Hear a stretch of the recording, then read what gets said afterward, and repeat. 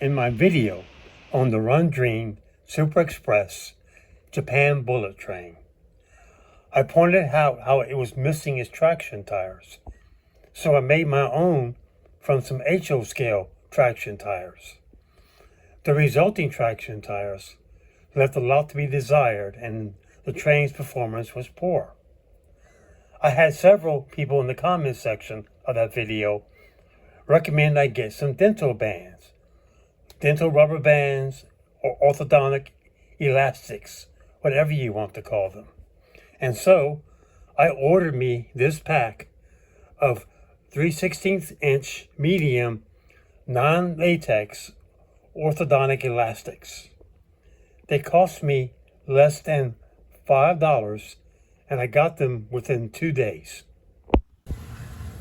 I removed the HO scale drive bands as much as the glues I could and replaced them with the dental bands.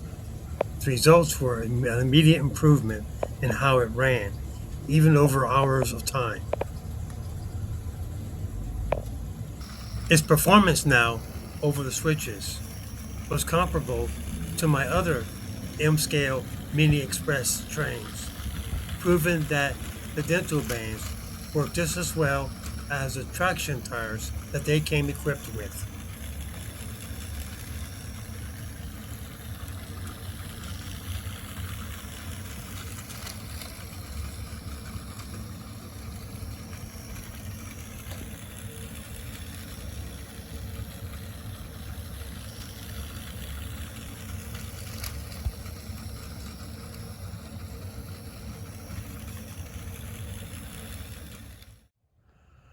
The dental bands are much wider and much thicker than the traction tires that Atlas has been sending me for their Atlas train kits.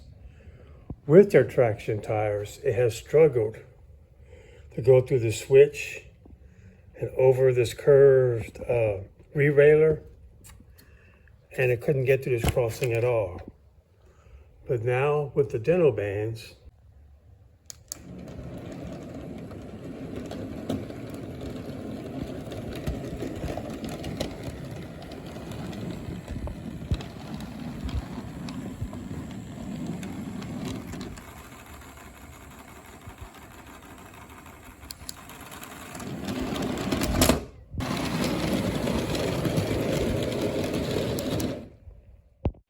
when I built my second layout over 10 years ago, the first locomotives I had to use was this pair of lifelike GP38s on the right.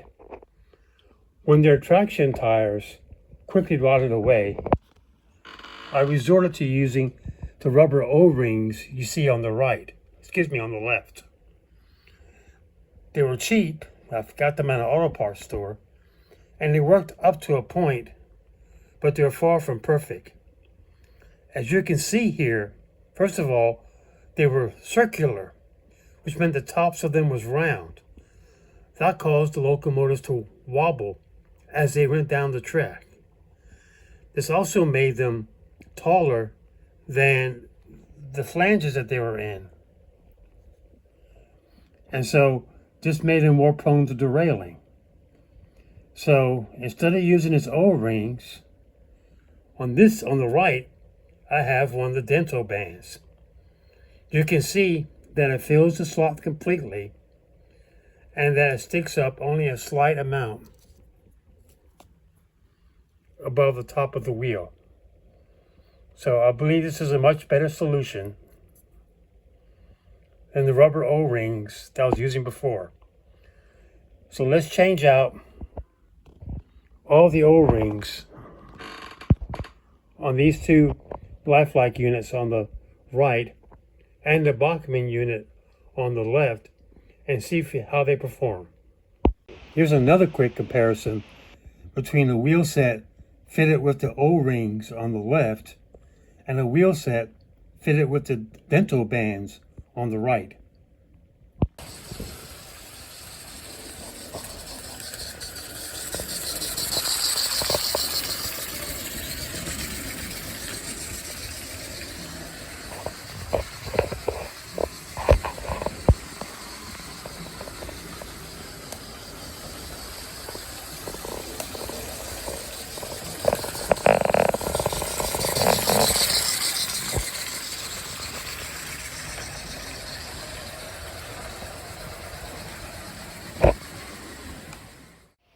when I did a video on this Speed King steam locomotive, I got it to work, but one thing that hampered it was the fact that it was missing its traction tires.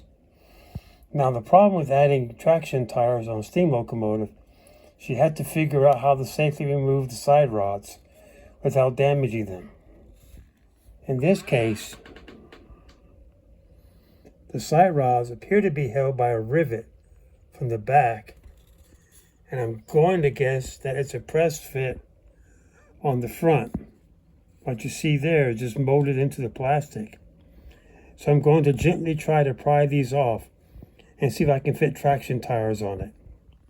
It turns out I was wrong. They did have rivets holding them in, but I was able to carefully pry them both off and fit the dental rubber bands onto each axle. Let's see how it performs now.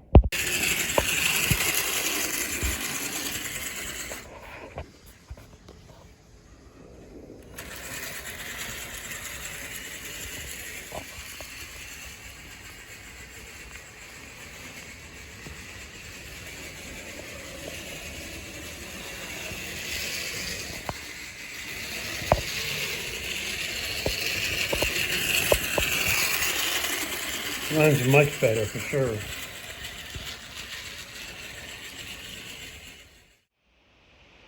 Thank you again to all of you who suggested I try out the Orthodontic Elastics, also known as dental rubber bands. Not only did it work well on the bullet train, but several other HO scale locomotives in my collection. And it was a very cheap fix at that. And thank you all for watching.